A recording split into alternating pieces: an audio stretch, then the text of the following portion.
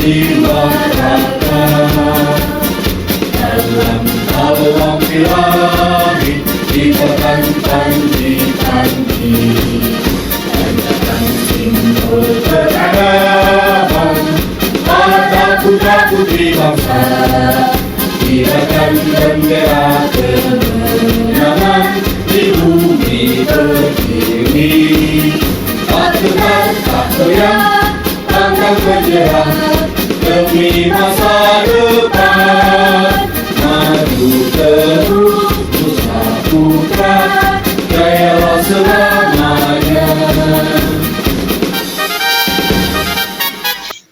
Assalamualaikum warahmatullahi wabarakatuh. Waalaikumsalam warahmatullahi wabarakatuh. Alhamdulillah wa syukurillah wala haula wala quwata illa billah. Asyhadu an la ilaha illallah wa la syarikalah wa asyhadu anna Muhammadan abduhu wa rasuluhu la nabiyya ba'da. Amma ba'du.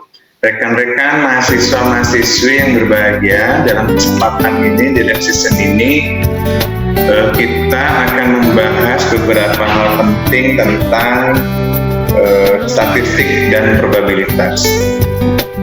Ini saya perlu informasikan terlebih dahulu terkait mata kuliah statistik dan probabilitas ini. Saya masih khawatir rekan-rekan sekalian masih bingung fungsi dari mata kuliah ini dipraktekkan nanti di lapangan di dunia kerja ini untuk apa dan sebagai apa ya. Oke, saya beri informasikan terlebih dahulu bahwa statistik dan probabilitas ini yang sangat penting bisa kita gunakan dalam dua hal.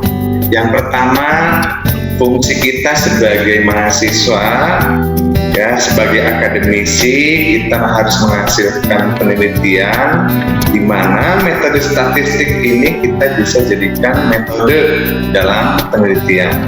Sehingga kita harus paham betul apabila penelitian kita akan menggunakan metode ini, kita harus paham betul bagaimana cara mendapatkan data dan bagaimana kita menentukan jumlah data ya dalam penelitian kita ya. Nah, ini yang pertama, kepentingannya atau mata kuliah ini sangat berfungsi, sangat mendukung untuk kita dalam penelitian kita. Kemudian yang kedua, di dunia kerja walaupun ini masih sangat sedikit yang menggunakan ini.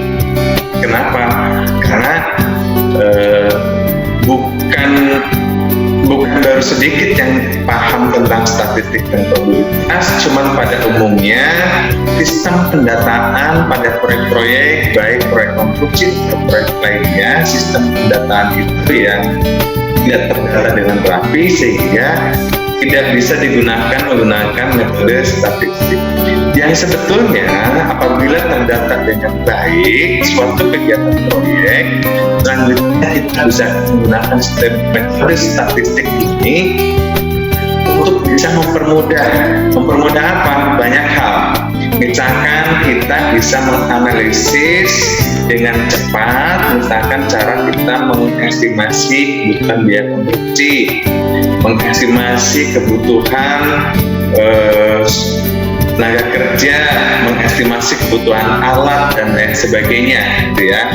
Masuk kita juga bisa mengestimasikan apabila ada tren-tren proyek-proyek yang jadi keterlambatan, menggunakan metode statistik ini juga kita bisa mempercepat mengestimasi bahwa faktor-faktor yang sangat mempengaruhi terhadap keterlambatan suatu proyek itu terdiri dari apa saja.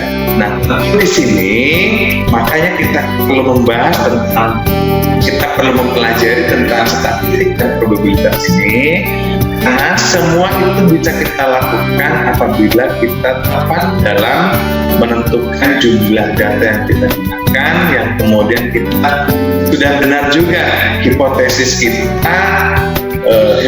kita yang kemudian mengarah terhadap kebutuhan data kita apa, yang selanjutnya populasinya bagaimana, dan jumlah data yang kita butuhkan untuk menganalisisnya berapa jumlah data yang kita butuhkan. Nah, ini merupakan poin-poin penting ya, manfaat-manfaat dari mata kuliah statistik dan probabilitas. Oleh karena itu kita harus paham tentang statistik dan probabilitas ini. Di materi-materi sebelumnya di pembahasan kita telah bahas ya cara-cara analisis, cara-cara menentukan data, bagaimana menentukan data berdasarkan populasi, ada populasi yang besar, ada populasi yang kecil, kemudian menentukan jumlah data pada populasi yang besar itu bagaimana, menentukan jumlah data pada populasi yang sangat kecil juga seperti apa dan lain sebagainya. Ya, nah tentu statistik dan probabilitas ini kita bisa jabarkan secara matematis, tetapi di saat ini di zaman modern seperti sekarang ini telah dapat atau telah ada aplikasi-aplikasi yang mendukung yang dapat digunakan sebagai analisis statistik, sehingga kita akademisi sudah tidak terlalu pusing, tidak terlalu capek analisisnya menggunakan model-model matematik. Di contoh-contoh materi sebelumnya kita juga sudah sampaikan bagaimana analisis statistik menggunakan Microsoft Excel, kemudian bagaimana juga kita melakukan statistik menggunakan SPSS ya.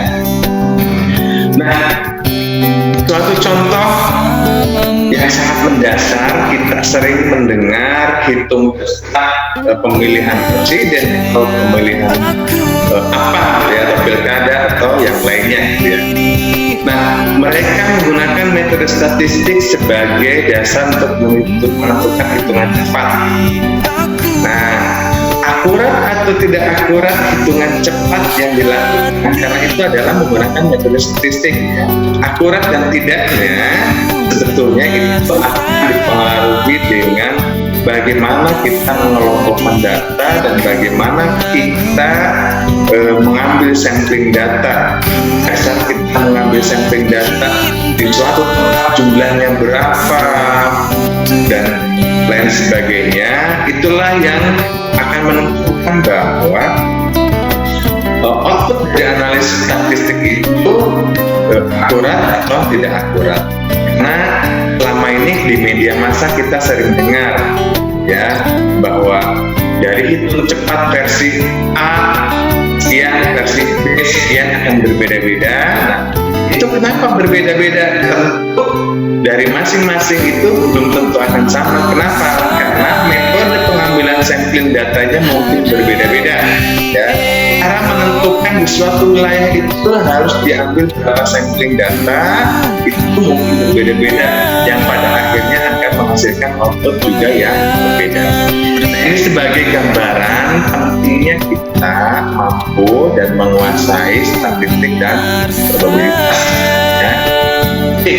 Kemudian pada kesempatan ini saya ingin mencoba menyampaikan kembali, mempraktekkan kembali sebelum kita ke sesi diskusi ya. Kita coba praktekkan kembali bagaimana cara kita melakukan statistik, analisis regresi linier, misalkan menggunakan Microsoft Excel, kemudian juga bagaimana kita melakukan statistik menggunakan SPSS, kemudian dari output analisis tersebut seperti apa interpretasinya, yang walaupun sebelumnya juga kita sudah berikan tutorialnya, berikan contoh pelaksanaannya, dan kemudian materi-materi kita juga saya berikan contoh-contoh datanya ya. Tapi sekarang saya akan coba mempraktekkan kembali yang kemudian nanti setelah kita praktekkan kita lakukan sesi diskusi.